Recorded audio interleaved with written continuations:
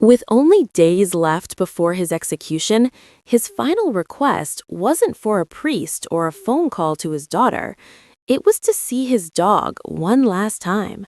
But what happened next would silence the prison, freeze the guards, and unravel a truth buried for 12 years. Before we begin, like this video if you're hooked and ready. Click subscribe to never miss out on the next banger stories. And tell me in the comments where you're watching from.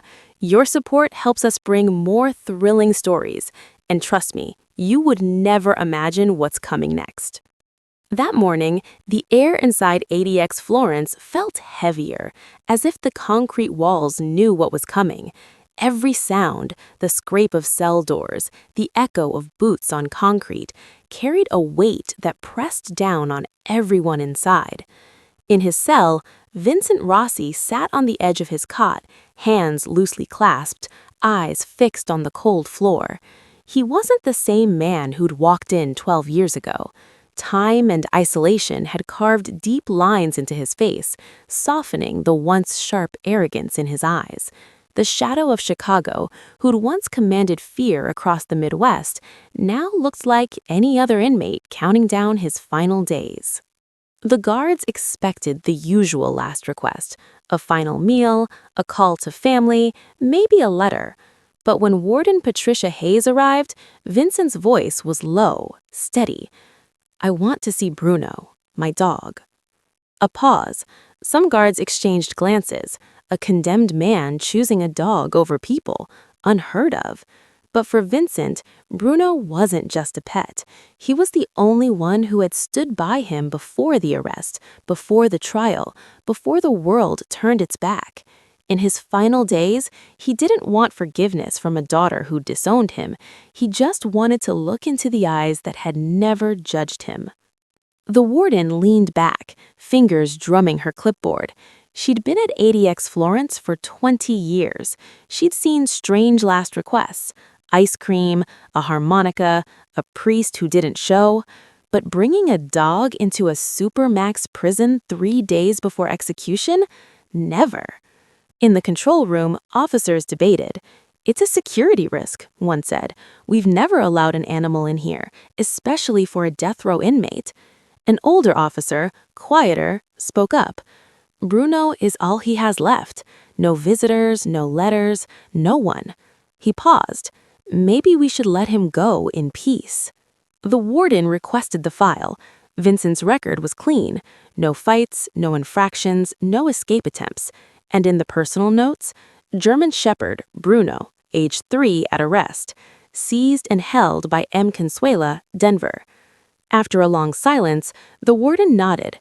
Under strict supervision, yard only, 10 minutes. Word spread fast.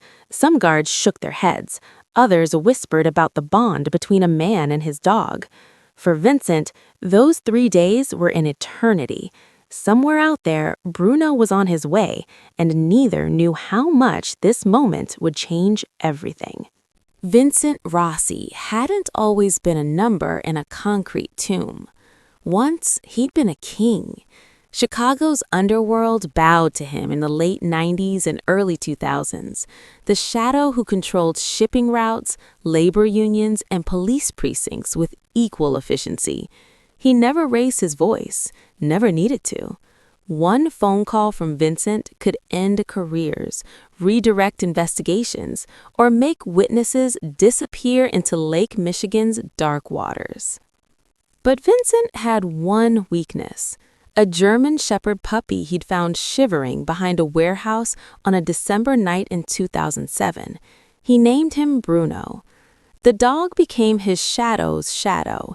Bruno rode in Vincent's Mercedes, slept outside his oak-paneled office, sat silently during meetings where men's fates were decided.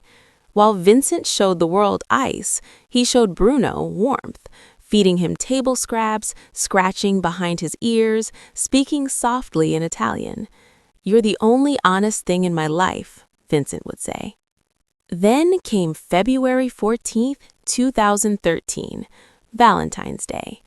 The FBI raid on Vincent's warehouse operation erupted in gunfire and chaos.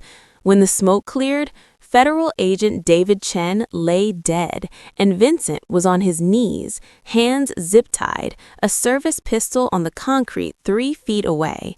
His fingerprints, Chen's blood, 30 witnesses. The trial lasted 3 weeks. The jury deliberated for 40 minutes. Death penalty. Vincent never forgot Bruno's howls as officers dragged him away, the dog lunging, snapping, eyes wild with betrayal and confusion. It was the last time they'd touched. 12 years later, in a modest Denver bungalow, Maria Consuela's phone rang. 3 days, Warden Hayes said. 30 minutes maximum. Maria hung up and looked at Bruno, now gray-muzzled and arthritic, still waiting by the front door as he had every evening for 12 years. She knelt beside him, her weathered hands stroking his head. "He hasn't forgotten you either," she whispered, tears sliding down her cheeks. Bruno's tail thumped once against the hardwood floor. Somewhere deep in his canine memory, a scent lingered. Expensive cologne, cigar smoke, and the man who'd saved him from freezing to death. The man who was about to die. Handler James Kowalski had transported everything from explosive detection dogs to federal witnesses, but nothing prepared him for Bruno. The German Shepherd sat rigid in the reinforced transport van, ears rotating at every sound, brown eyes fixed on the road ahead through the metal partition. 12 years old, arthritis visible in his gait, but something burned beneath that graying fur, a soldier waiting for deployment. "Easy, boy," Kowalski murmured, but Bruno didn't acknowledge him. The dog hadn't eaten since Denver, hadn't slept, just watched and waited. The 230-mile journey to ADX Florence took 4 hours through Colorado's wilderness. With each mile, Bruno's breathing changed, shallow, rapid. He knew. Somehow he knew. The prison security swallowed them whole. Checkpoint 1, vehicle inspection, explosive sweep, handler credentials verified. Checkpoint 2, Bruno walked through modified metal detectors, guards circled with tactical rifles. Checkpoint 3, the briefing room where Warden Hayes addressed 14 officers. "This animal enters the maximum security yard for exactly 30 minutes, she said, her voice steel. "Perimeter positions, no sudden movements. Thompson, Mitchell, you're closest to the subject. Kowalski maintains primary control. Clear?" "Ma'am," Officer Marcus Thompson spoke up, "is this really necessary for a cop killer?" Hayes's eyes hardened. "We don't deny humanity in its final hours, officer, even here." Thompson's jaw clenched, but he nodded. Cell block H. Vincent emerged between 4 guards, wrists shackled, orange jumpsuit stark against pale skin. But his eyes, those eyes that once commanded Chicago's darkness, held something the guards had never witnessed. Fear, hope, grief. They removed his restraints at the yard entrance. Vincent stepped into the concrete space, surrounded by 20-foot walls and razor wire. 15 minutes alone before Bruno arrived. He stood at the center, hands opening and closing, trembling despite the 50-degree morning. From the observation post, Warden Hayes watched through reinforced glass. 20 years supervising monsters who felt nothing, and here stood one showing everything. Maybe, she whispered to herself, that's what makes us human. Not the crimes, the love. The steel door groaned. Bruno appeared. And in that suspended heartbeat before recognition, before reunion, before everything changed, Vincent Rossi smiled for the first time in 12 years. Then Bruno's eyes found him, and the world exploded into motion. Bruno's ears shot forward like radar dishes locking onto a signal. His entire body transformed from aged companion to apex predator in a heartbeat. Every muscle coiled, his eyes fixed on the orange-clad figure 50 feet away with laser precision. Handler Kowalski felt the leash go taut. Easy, Bruno. Too late. Bruno exploded forward with a force that nearly ripped Kowalski's shoulder from its socket. The handler stumbled, released, and Bruno was free. Concrete screamed under his claws. The sound that came from him wasn't a bark, it was something primal, ancient, a whimper that echoed off 20-foot walls like a war cry from another life.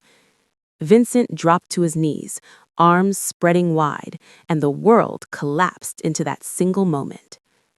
The collision stole breath from the yard. Bruno slammed into Vincent's chest, 70 pounds of desperate love and 12 years of grief. They went down together onto the cold concrete, man and dog, reunited. Tears carved rivers down Vincent's face, the first the guards had seen in 4,380 days.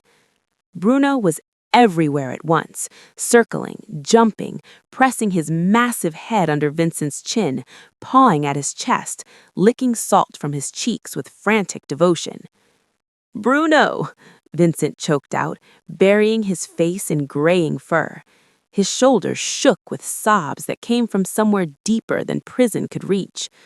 "I'm sorry, boy. God, I'm so sorry I left you." Bruno whimpered, tail beating the concrete like a desperate metronome. Guards shifted, uncomfortable. Officer Mitchell's hand rose to wipe her eyes. At the observation post, Warden Hayes gripped the rail until her knuckles went white. For 3 perfect minutes, ADX Florence, America's tomb for the damned, held its breath. "You're the only one who never betrayed me," Vincent whispered, cradling Bruno's head in trembling hands. "The only one who stayed true." Bruno's tail wagged harder, his whole body vibrating with joy, then stopped. Completely. Bruno's body went rigid as steel. The whimpering ceased mid-breath. The joy drained from his posture like water through a cracked dam. His ears flattened against his skull. And slowly, very slowly, Bruno's head turned away from Vincent, his gaze fixing on something, someone, behind them. A growl built in his chest, low, guttural, predatory.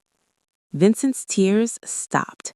His grief-stricken expression shifted into something cold, calculating, familiar. The shadow of Chicago had just awakened. The growl came from somewhere primal, older than domestication, older than loyalty, pure instinct carved into DNA. Bruno's head snapped away from Vincent, muscles bunching beneath graying fur. His lips peeled back over yellowed canines. The sound rolling from his chest wasn't warning, it was accusation. 15 feet away, near the concrete perimeter, Officer Marcus Thompson stood frozen. Bruno's entire focus lasered onto him. The dog who'd just been trembling with joy transformed into something feral, something hunting. His hackles rose like broken glass along his spine. "Bruno?" Vincent's voice was barely a whisper. The dog exploded forward. Handler Kowalski lunged, catching the leash just before Bruno reached full extension. The German Shepherd hit the end with enough force to lift Kowalski's boots off the ground. Bruno snarled, snapped, barked with savage intensity, each sound a hammer blow in the concrete chamber. "Control that animal!" Thompson shouted, stumbling backward. His hand flew to his baton, knuckles white. "Get it away from me!" The panic in his voice didn't match the situation. A trained officer, 8 years at America's most dangerous prison, terrified of a restrained dog? Vincent rose slowly, like smoke taking shape. The grief was gone. The tears had dried. What stood there now was the man who'd commanded Chicago's darkness, eyes cold as Lake Michigan in February, reading Thompson like a balance sheet. "Bruno never forgets a scent," Vincent said. His voice cut through the chaos, flat and precise as a scalpel. "Never, especially the scent of someone who was there that night." The yard froze. Guards exchanged glances. Kowalski looked between Bruno, Vincent, and Thompson, confusion spreading across his face. Bruno continued straining, 70 pounds of accusation, trying to reach the officer who'd gone pale as concrete. Near the eastern perimeter, guard Sarah Mitchell felt ice crystallize in her veins. She'd reviewed Vincent's case file last week, routine execution preparation.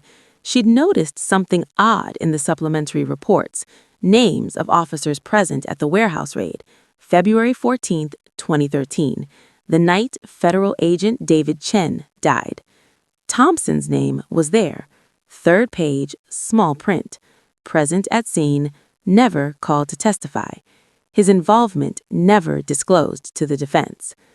Mitchell's hand moved slowly toward her radio, but her eyes stayed locked on Thompson, who was still backing away from Bruno's relentless focus. The dog knew something, and now, so did she. "Warden," Mitchell called out, her voice steady despite the hurricane in her chest.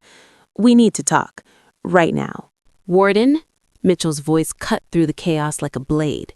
"We need to talk, now, about Officer Thompson's presence at the warehouse raid, February 14th, 2013. The yard detonated. "This is insane."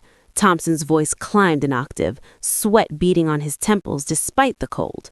"I was never at that scene. The dog's just stressed. It doesn't know what it's doing." But his protest had the hollow ring of lies told too quickly.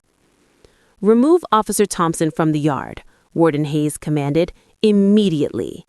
4 guards moved in. As Thompson was escorted through the steel door, Bruno's barking subsided to a low growl, his eyes tracking the officer until he disappeared. The dog knew. 53 minutes later, Warden Hayes' office had become a war room. Mitchell spread documents across the desk, supplementary reports from the raid, witness statements, evidence logs. "Here, page 3, Thompson, Marcus, presence at scene, never called by prosecution, never mentioned by defense. Why?" Hayes' jaw tightened. "Get Vincent Rossi up here and someone call our legal counsel." When they brought Vincent in, still shackled, he was terrifyingly calm. The Mafia boss who'd survived 12 years in isolation knew how to wait. "Bruno was with me that night," Vincent said quietly, "in the office above the warehouse. When the FBI breached, Bruno went insane, barking at someone before they even came through the door. I thought it was just chaos." His eyes lifted, cold and certain. But dogs don't forget. Thompson was there before the raid started. He was there when Chen died. Hayes reached for the phone. "Get me FBI headquarters, now." In a holding cell 3 floors down, Thompson's story changed like weather. "I wasn't there." Then, "I was observing." Then, "just providing local support." Each version contradicted the last. Sweat stained his uniform, his hands trembled. 300 miles away in Phoenix, retired FBI agent Robert Palmer sat in his living room watching the evening news. 12 years of guilt crystallized into a single moment. Mafia boss's execution delayed after dog identifies possible witness. Palmer's hands shook as he dialed. The FBI tip line answered on the second ring. "My name is Robert Palmer. I was at the Chicago warehouse raid on February 14th, 2013. His voice cracked. "I saw Marcus Thompson arrive before we breached. I saw him arguing with Agent Chen near the office entrance." He closed his eyes. "I heard the gunshot and I watched Thompson plant evidence near Vincent Rossi while we secured the scene." Silence on the line. Then, "Sir, please stay on the phone. We're sending agents to your location immediately." Robert Palmer's hands trembled as he signed the sworn statement at the FBI's Phoenix field office. 63 years old, 23 years retired, and the weight of 12 years finally lifting from his shoulders. "I was 29 that night, a junior agent, loyal to the Bureau, terrified of breaking ranks." His voice was steady despite the tremor in his fingers. I watched Marcus Thompson plant Vincent Rossi's registered firearm near Agent Chen's body. While everyone secured the warehouse, Thompson corrupted the crime scene, and I said nothing. The interviewing agent leaned forward. Why? Palmer's laugh was bitter. Fear. Career destruction. The blue wall. He paused. And I told myself it didn't matter. Vincent Rossi was a monster. Drugs, murder, extortion. He deserved prison regardless. His eyes reddened. But watching the news, seeing that dog's reaction, seeing a man hours from execution, I can't let an innocent man die. Even if he's guilty of everything else, he didn't kill David Chen. Within 6 hours, the FBI's Forensic Division had reopened evidence from case file 2013 CHI 4472. The ballistic report, originally rubber-stamped during the high-profile trial, fell apart under scrutiny. The bullet extracted from Agent Chen's chest came from a 9mm Glock, standard issue for Chicago law enforcement. Vincent's registered firearm? A .45 caliber. The discrepancy had been there for 12 years. Nobody had looked. The motive crystallized quickly once investigators pulled Thompson's financial records. Deposits, 48 of them over 18 months. Small amounts, carefully structured to avoid detection. Total, $340,000. Source, shell companies traced back to the Calvetti family, Vincent's primary rivals in Chicago's underworld. Thompson had been selling federal intelligence, raid schedules, witness identities, investigation timelines. Agent David Chen had discovered the leak. His personal notes, buried in evidence storage, spelled it out. Financial irregularities. Thompson. Possible compromise. Chen had been closing in. The warehouse raid was his operation. So Thompson silenced him and framed Vincent in one blood-soaked move. Evidence logs showed Thompson had accessed storage 73 times in the month following the raid, far beyond normal protocol. Chain of custody records contained his signature. He'd ensured Vincent's gun would materialize at the scene, while his own weapon was never tested, never logged, never questioned. 41 hours before Vincent's scheduled execution, Colorado Governor Rebecca Walsh signed the emergency stay. In ADX Florence, Vincent heard the news in his cell. He didn't smile, didn't cry, just closed his eyes. At 3:47 a.m., federal agents arrested Marcus Thompson at his home in Colorado Springs. Murder, evidence tampering, obstruction, corruption. Vincent's conviction? Vacated pending full review. But as the sun rose over ADX Florence, one question burned brighter than vindication. How many other innocent men had Thompson buried to protect his secrets? 6 weeks later, Vincent Rossi walked through the gates of ADX Florence into November morning cold that tasted like freedom. 12 years, 4,383 days in a concrete tomb. All charges dismissed, his execution certificate shredded, his name cleared of the one crime he hadn't committed. Bruno waited in the parking lot with Maria Consuela. This reunion was quieter.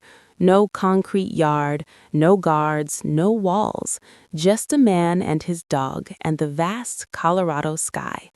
Vincent dropped to his knees on the asphalt, pulling Bruno close, while cameras clicked and FBI officials waited with restitution paperwork neither man nor dog cared about. "We made it, boy," Vincent whispered into graying fur. "We made it." The drive away from ADX Florence felt surreal. Maria at the wheel, Vincent in the passenger seat, Bruno stretched across the back, one massive paw resting on Vincent's shoulder. Mountains rose in the distance, endless and indifferent. The landscape was everything his cell hadn't been: open, vast, alive. Vincent's hand found Bruno's head, scratching the familiar spot behind his ear. Good boy, you always were the only one I could trust. He'd been guilty of so much: racketeering, corruption, money laundering, crimes that had destroyed lives and families. He deserved punishment for those, but not death, not for murder. The system had been willing to execute him for something he didn't do, while the real killer wore a badge and collected a pension. 12 years of lawyers, appeals, legal proceedings, and it took a dog's instinct and loyalty to expose what they'd all missed, or chosen not to see. Marcus Thompson received life without parole, first-degree murder, evidence tampering, obstruction.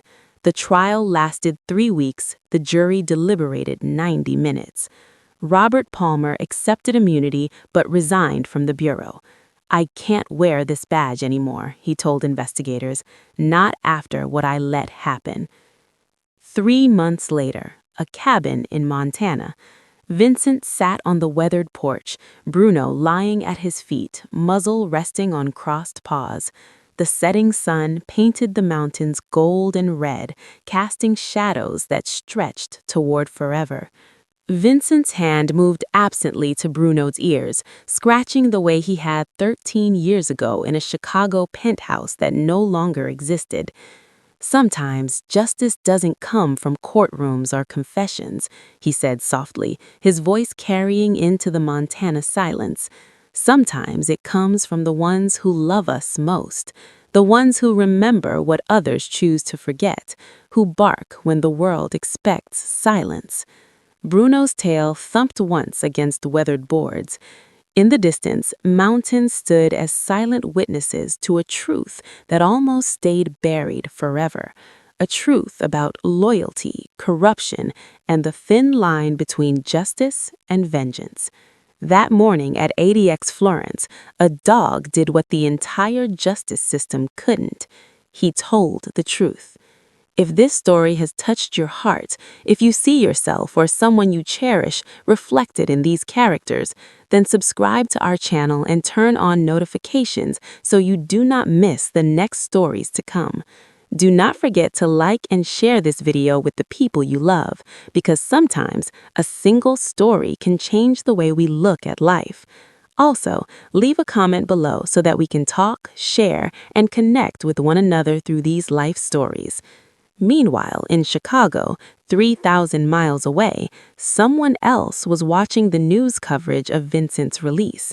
Someone who remembered the old wars, the old debts, the old scores that 12 years in prison hadn't settled. The Calvetti family hadn't forgotten the shadow of Chicago, and now that shadow was free again. To be continued in part 2, so subscribe for part 2.